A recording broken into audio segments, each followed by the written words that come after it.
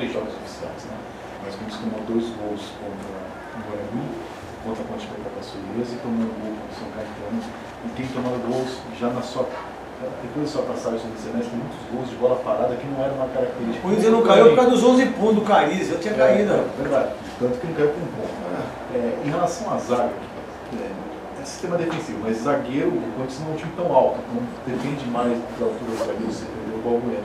Eu tenho uma curiosidade do Batata perguntou quem você vai fixar, porque são zagueiros diferentes. O Manuel é mais forte, ali o Gil, assim, digamos assim. O Léo Santos é forte, mas tem uma passagem de lateral, às vezes tem jogo lateral. E minha curiosidade sobre o Léo Santos, me parece o jogador mais técnico que você tem na zaga, mas eu tive que esperar com o pé dele algumas vezes, ele, na minha opinião, com razão, porque ele é um pouco deslumbrado.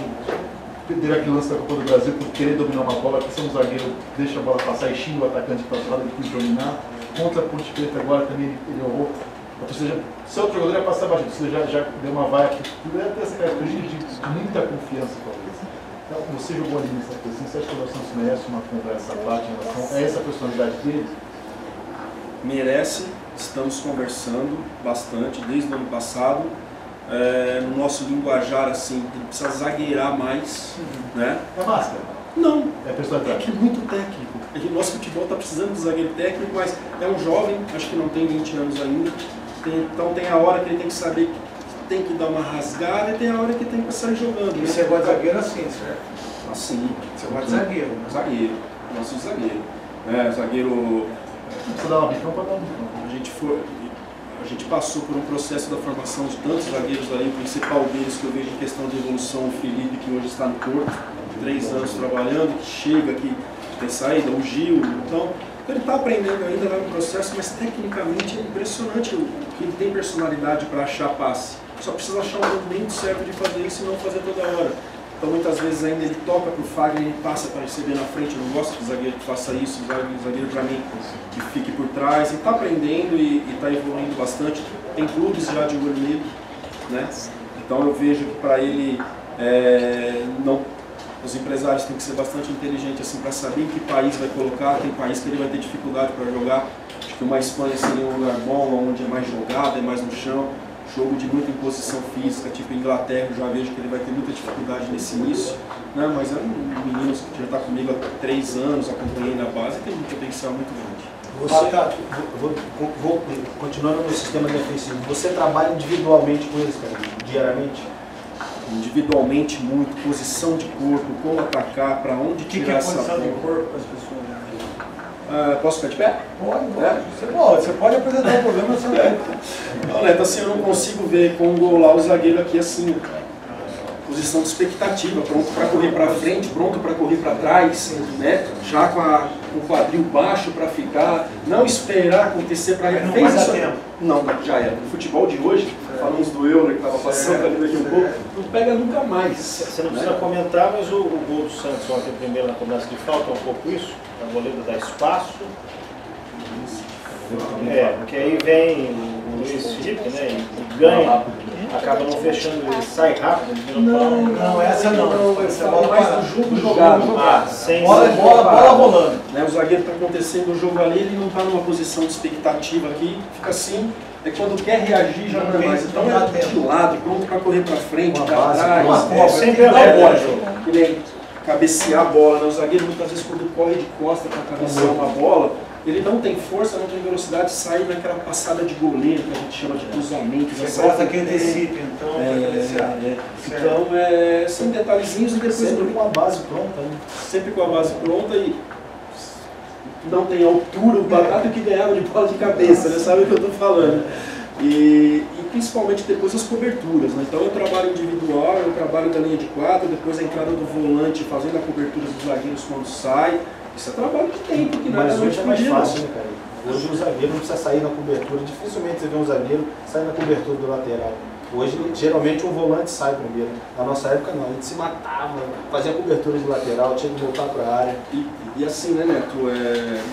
Nós chamamos de funil. 88% dos gols acontece ali no funil. Então, não é lá do lado. Então, o zagueiro fica saindo lá, sendo que o gol vai acontecer aqui. Me arrebenta ali o esquema que eu fiz. Né? Então muitas vezes não tem pressa de buscar o cara lá fora. Então esses detalhes que a gente trabalha todos os dias com vídeo e com trabalho de campo. Talvez por isso que eu tenha dado chefe no futebol, porque eu já não estou falando que eu pensava na frente dos outros, mas eu pensava na frente do volante, que me marcava individualmente, eu levava ele junto com os zagueiros.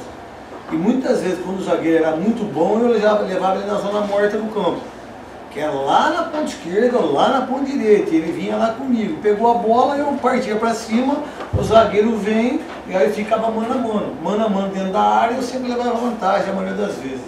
Eu vou te fazer uma pergunta que você sabe disso, não que você sabe, mas que eu acho que você acompanha muito bem aquilo que as pessoas falam, e eu acho que isso é muito interessante por sua parte, respeitar muito a imprensa. Eu acho que esse respeito é muito legal, coisa que em determinados momentos a gente falta com esse respeito, não só eu, mas como muita gente. Eu não gosto do futebol do Danilo Avelar, eu não gosto, desde quando ele chegou, porque eu não o conhecia antes, eu não posso falar antes daquilo. Eu acho que ele não é um lateral esquerdo marcador, eu acho que eu não consegui definir ainda se ele é marcador, bom, ou se ele é um cara que chega à frente para fazer o arco. Eu ainda tenho, e acho que ele não é, acho que o menino, o Carlos Augusto, se eu não estiver errado, eu acho que é melhor que ele. Isso é uma visão minha. Você ainda o coloca como titular. O que nós não conhecemos do Danilo Avelar que você conhece e que a gente tem que ter um pouco mais de paciência com ele? Ou da situação do elenco. Ou da situação do elenco. Hoje eu tenho no grupo. Hoje eu tenho só ele no grupo, né? O Carlos está na seleção sul-americana, então estou até tendo cuidado com ele para ele não ter uma sequência de jogos. O Carlos deve voltar só depois do dia 10 de fevereiro, então vai ter muitos jogos ainda sem ele. É um jogador de imposição, é um jogador que comigo parou de levar a bola nas costas, assim, então já está tendo entendimento de marcação, de fechar espaço. Até contra o Santos ele faz uma cobertura em cima do Henrique, tirando uma bola assim, que é de um cara que já jogou na Europa há muito tempo. Coisa que ele não faz. E já conhece, e assim, né,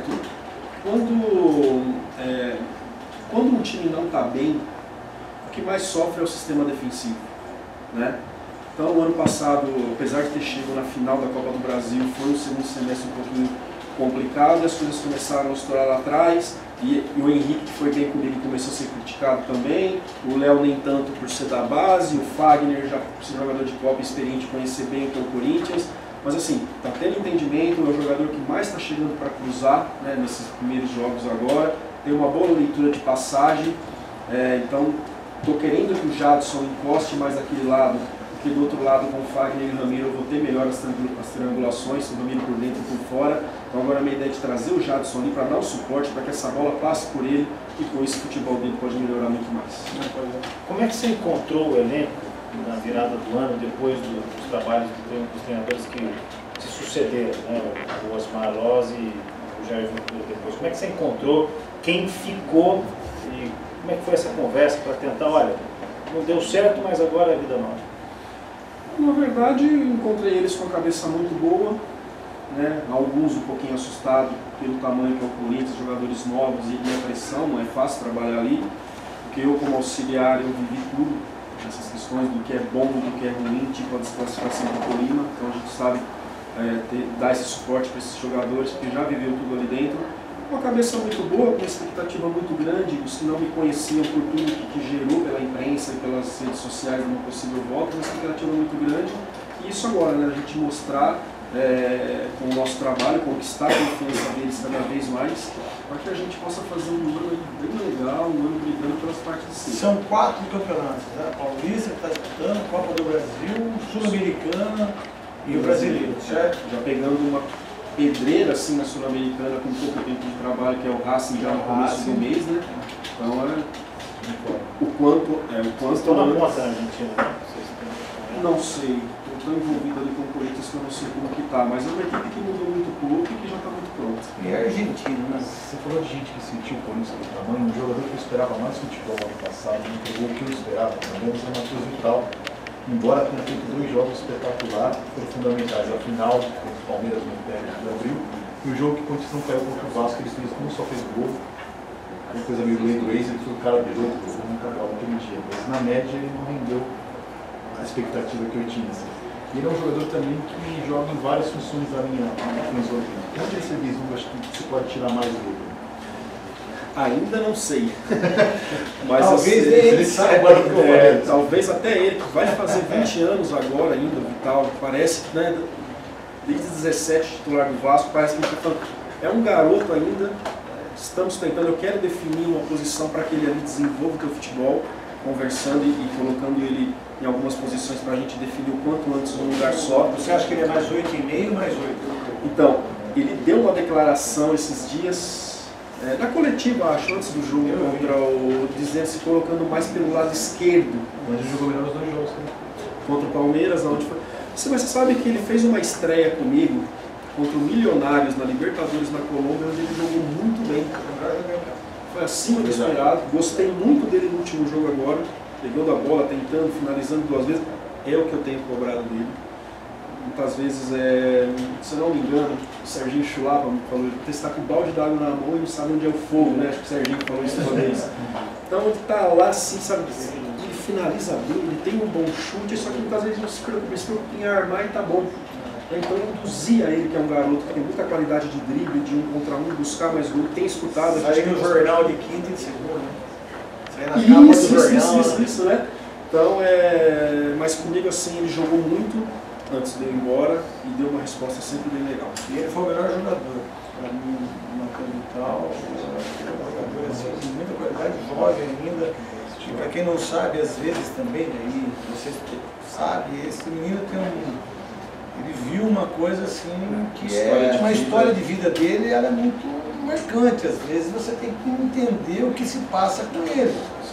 Entendeu? Porque o que aconteceu com ele, o que ele viu quando criança, às vezes também falta alguém abrir um pouco e falar, ó, vem cá, senta aqui, você é bom pra caramba, sabe? Não esquece aquilo lá, se você jogar mal, não acontece absolutamente nada, tá tudo certo. Também tem muito isso, e você sabe disso. Talvez ele precise disso, ó, vem cá, você tem um balde aqui, vai lá, não vai, sabe? Vai pra dentro, vai fazer o gol, até porque ele bate bem, tem velocidade, sabe marcar, faz gols de cabeça, é um jogador que tem uma base muito boa, que o Vasco sempre foi um time muito forte na base, tanto é que os maiores artilheiros da história do Campeonato Brasileiro, eu sempre falo isso, vem do Vasco.